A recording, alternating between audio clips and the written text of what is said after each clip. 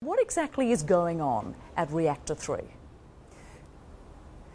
Rosemary, we know that in the last half an hour they have resumed spraying water on Reactor 3, as you just mentioned in the intro.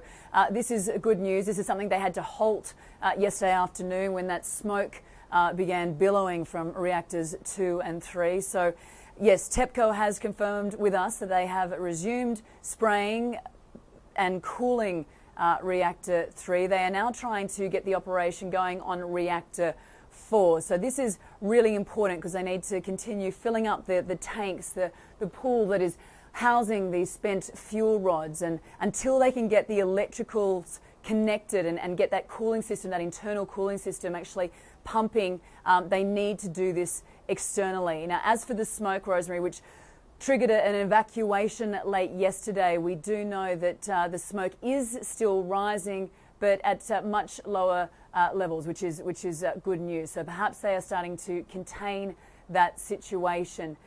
We also know that they are working, endeavouring, I should say, to try and restore that power to all those 6 reactors. Some 660 workers are on the site. This is a big jump in numbers from what we had heard earlier, but 660 workers are on the site, and 330 of those, half of those, are TEPCO workers, Rosemary. Now, Anna, there was also smoke coming from Reactor 2, so what's the latest on that? And from what you're saying, can we go as far to say that this is positive progress? Look, I think we'd have to say this is positive to know that the workers are back on the site.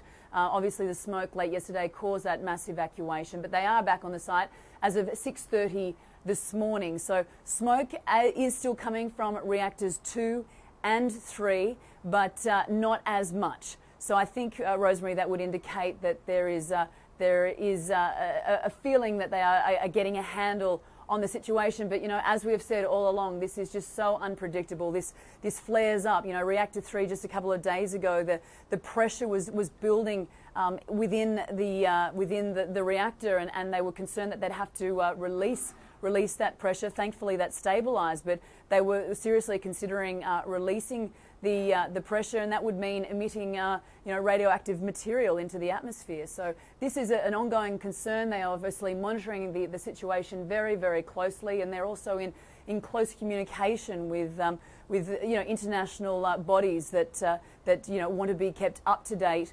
and so that they can consult, their experts can consult on this massive operation. Indeed. I mean, that is the big part, the other part to this story, isn't it? Is this radiation concern.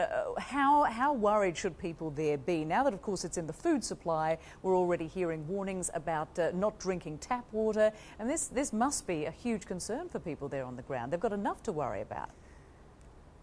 Yeah, that's exactly right. They do have enough to worry about. We know there's that huge relief effort, happening to the north of us, and then here, at the Fukushima Daiichi nuclear power plant, there's this crisis unfolding.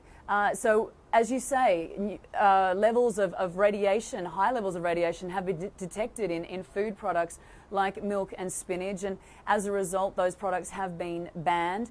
And authorities have also told people within the vicinity of Fukushima to refrain from drinking. This is something that's, they just think that people need to take precautions. The government is saying it's not posing a health threat at the moment, but certainly, people should take precautions.